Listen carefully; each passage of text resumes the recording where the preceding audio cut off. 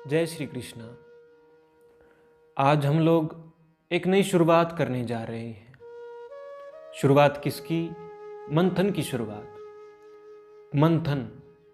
मंथन की अगर हम बात करें तो देवताओं और असुरों ने एक बार एक मंथन किया था, समुद्र मंथन।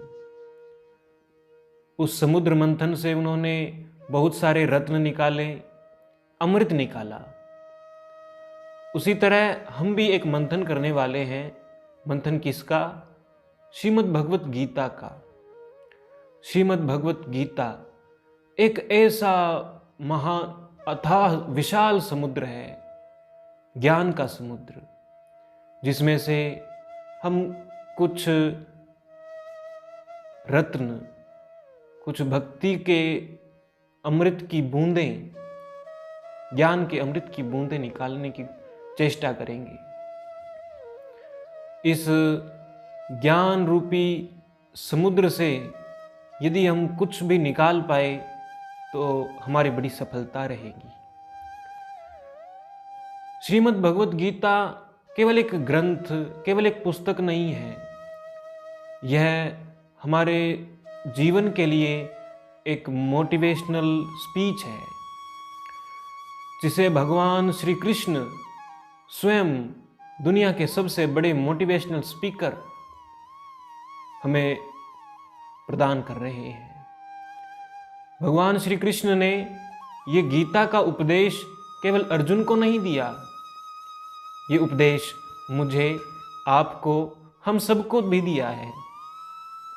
कहा जाता है कि जीवन में कोई भी ऐसा प्रश्न, कोई भी ऐसी समस्या नहीं है जिसका हल, जिसका उत्तर श्रीमद् भगवत गीता में विद्यमान ना हो। इसलिए हमें इसका चिंतन करना चाहिए, इसका मनन करना चाहिए, इसका मंथन करना चाहिए। इसी शुरुआत को लेकर मैं आपसे कुछ बातें करने के लिए उपस्थित हुआ हूँ। आगे भविष्य में समय समय पर हम इसी प्रकार कंटिन्यूसली चर्चा करते रहेंगे। भगवान श्री कृष्ण द्वारा कही उन बातों के बारे में चर्चा करेंगे। भगवान श्री कृष्ण हमें गीता के माध्यम से क्या समझाना चाहते हैं।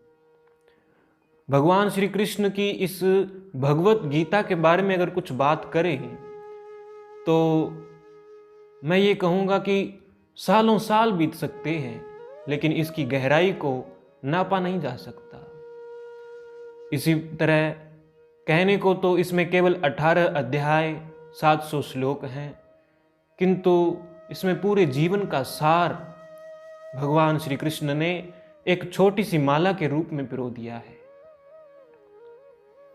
अब इसमें 18 अध्याय जो दिए गए हैं, उनके विषय में हम लोग धीरे धीरे चर्चा करेंगे।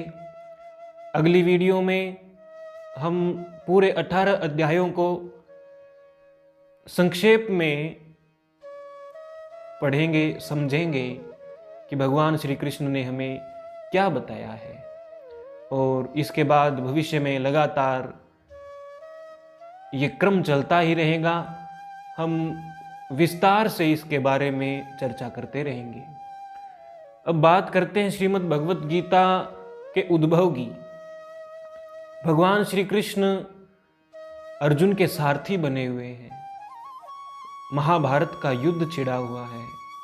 दोनों ओर कुरुक्षेत्र रणभूमि में सेनाएं एक दूसरे से युद्ध के लिए तैयार खड़ी हैं।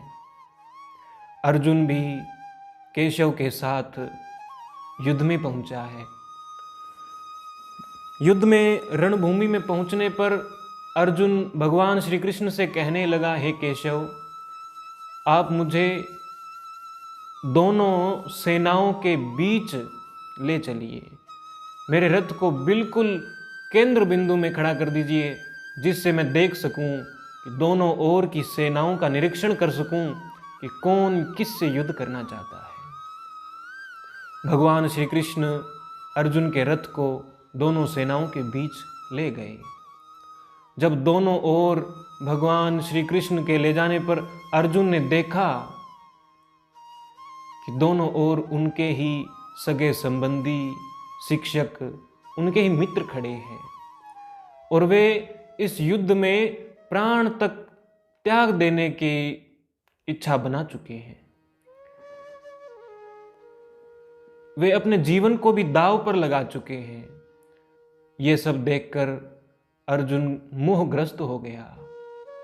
युद्ध करने की इच्छा मिट गई। धनुष को हाथ से नीचे रख दिया। कहने लगा, केशव, मैं युद्ध नहीं कर सकता। युद्ध करूं तो किससे करूं, किस लिए करूं? इस प्रकार अर्जुन को जब हिम्मत हारे हुए देख भगवान श्री कृष्ण खड़े हुए, उन्होंने, भगवान श्री कृष्ण ने स्वयं अर्जुन को ही नहीं, हम सबको एक ऐसा ग्रंथ प्रदान कर दिया जिसे हम आज श्रीमद् भगवत गीता के नाम से जानते हैं।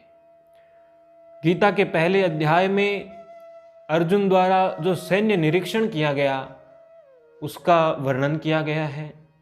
दूसरे अध्याय में अर्जुन भगवान श्री कृष्ण को गुरु रूप में स्वीकार करता है, शिष्य रूप में शरण में जाकर भगवान श्री कृष्ण से प्रार्थना करता है कि मुझे उचित ज्ञान प्रदान करें। उस समय भगवान श्री कृष्ण उससे नश्वर भौतिक शरीर और नित्य आत्मा के मूलभूत अंतर की चर्चा करते हैं।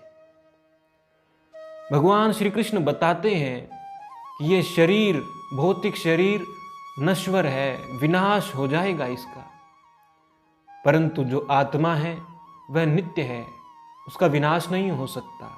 भगवान उसे देहांतरण की प्रक्रिया, परमात्मा के प्रति निष्काम सेवा भाव की प्रेरणा देते हैं और इसी के साथ भगवान श्री कृष्ण अपने उपदेश को, अपने निर्देश को, अपने आदेश को हम सब के प्रति शुरू करते हैं। इसी उपदेश, निर्देश, आदेश, संदेश को हम धीरे धीरे सुनेंगे, चिंतन करेंगे, मनन करेंगे और इसी प्रकार हम आपस में जुड़कर भगवान श्री कृष्ण के कहे इन बातों का मंथन करेंगे। जय श्री कृष्ण।